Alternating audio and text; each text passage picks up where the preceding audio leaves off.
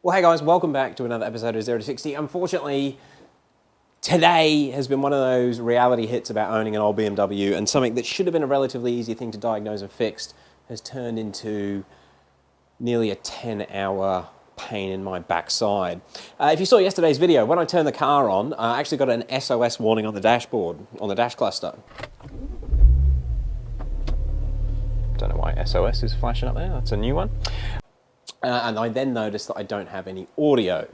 A couple of guys actually commented that it's probably going to be the amplifier that I can bypass, not a big issue. Saw those comments, thought it was nothing to really worry about, did some Googling, and yeah, turns out that if any of the modules in the MOST bus system play up, it will cause that fault code with the SOS. And on a car like this, you've got an amplifier, I've got the Bluetooth module, the TV module, the CD changer. There's a connection in the passenger side footwell and the CCC unit. So you're only talking like 5 things that could be causing this problem. Shouldn't be too hard to work out what it is and get it replaced. However, it's not been that easy.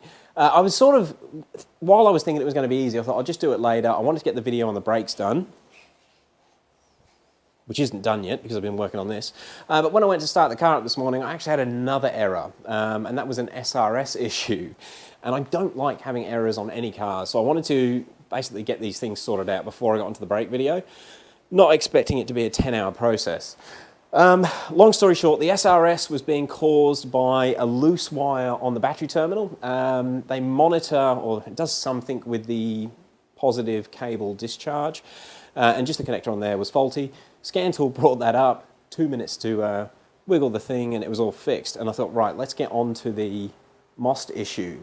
Now, to sort out the MOST issue, I knew I was going to have to try and diagnose which module's playing up, and most people do that by installing a bypass loop on the MOST system, which my bypass loop, I was using this little device here.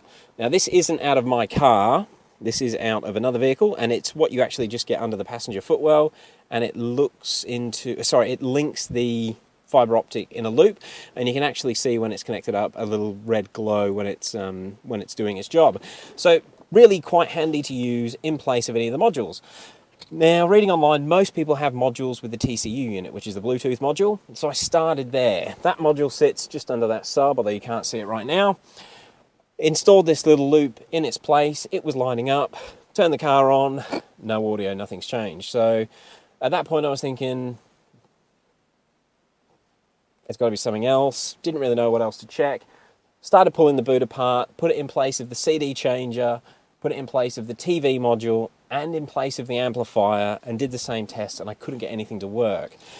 So at that point, I'm like, well, maybe this thing isn't doing what I thought it was going to do, even though it's lighting up, and it seems to be linking the modules that I can see. So I then went and borrowed this TCU unit from a friend's vehicle. It is pretty much exactly the same as my unit. Should actually work without coding, but the system should definitely come to life without coding. So I installed that in the car, and that didn't fix it. And that was a bit annoying. So then I started to delve in a little bit further. From that point, I actually pulled the amplifier out of its spot. Hopefully the car's still powered up, because I've been reading that you actually have diagnostic LEDs in the amplifier. So as you can see there, I've got a yellow LED and a red LED, and they're both flashing together. So according to the internet, that implies that it's getting a signal from the CCC, or the amp is getting a signal, but the MOS signal isn't making its way back to the CCC unit to complete the link.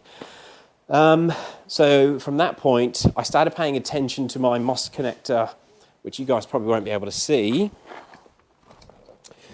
but the MOS connector just down here, this one, to make sure that I was getting a light in there. Now, I'm not getting any light in there, and I'm not 100% sure why that would be. So I thought, well, maybe it's not getting a signal from the CCC to that connector, and I wasn't sure which way the loop goes through the car. So at that point, I went and borrowed the CCC unit from a friend's car. You'll start to see why this has taken 10 hours, and this CCC unit is actually from a different vehicle. And I was sort of hoping that that was going to be the case, but it doesn't make any difference. This CCC unit doesn't get the system working either. The only thing that's changed with this CCC unit is I can actually select aux.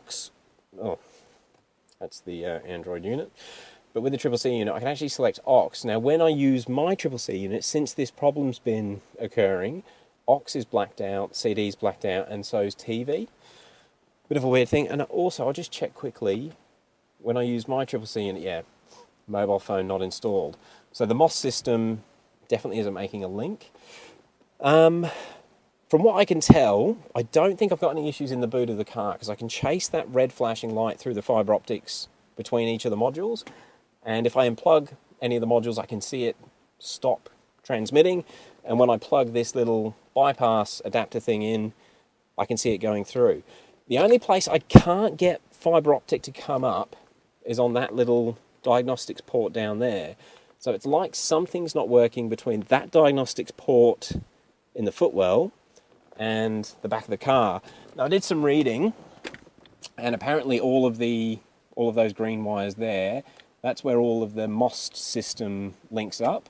Now, I've checked that as well as I can. Sorry about the seatbelt being in the way. Yeah, I've checked that as well as I can, and everything seems fine. I can't find any broken wires. I can't find any issues. But the car doesn't bloody work. Yeah, so with this issue, I have no warning tones, no radio. What else? No radio, no TV. Basically anything on the MOS bus just doesn't work. And I need to get that fixed. I'm not happy that I can't hear warning tones. I want to hear when there's something wrong with the car. So yeah, really, it's a bit of a shitty video for you guys, and I do apologise, but I need some help. I need to know what else to check. If there's an easy way to diagnose between that port down in the passenger footwell and the back of the car, please let me know, because I can't find it. Everything I can find online, everyone's had problems with modules that I've replaced. I haven't replaced the amplifier, but from what I can read, the red and the yellow light implies the amp is working. I need some help. I really don't know what else to do. Yeah. And I wasn't going to do a video on it, and I thought you guys will probably actually be quite helpful at getting this sorted. So at this point in time, I'll power the car up. And no SOS warning that time. I'll just go into info sources, service, check control messages. Yeah, it is still there. Normally the SOS comes up there, but yeah, we've still got that issue.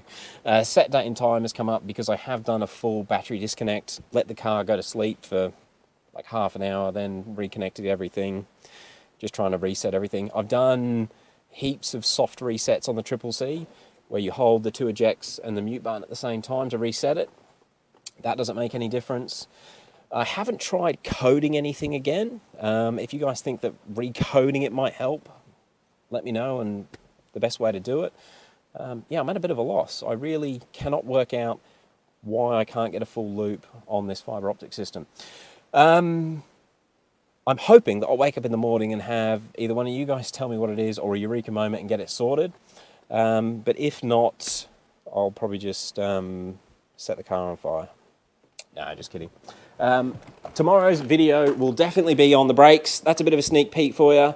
I've had a quick look. I had to unbox them today. It was killing me not unboxing it. Sorry I didn't do it on camera, but they look sick. I do need to put some thought into that video because they are Chinese brakes, and I don't want anyone to just rush out and buy them, slap them on the car without properly knowing that they're installed properly and there's no issues.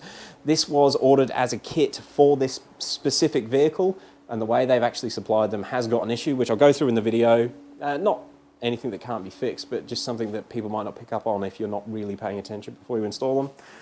Anyway, I'm going to end this video off here. Yeah, what a waste of a day trying to sort out this MOS bus issue. I cannot work out for the life of me what it is. I've had everything out, checked every wire, module. Don't know what it is. Don't know what it is. I guess I'm just lucky I've got a mate who's got a similar car. Yeah, let me know what else you think I could change, because I'm stuck. I'm stuck. Anyway, guys, sorry it's not the most positive video in the world, but this is the reality of owning an old BMW. It's not always about winning races. Sometimes it's about pulling your hair out because of a stupid little problem. Anyway, thank you for watching. We will catch you on the next one.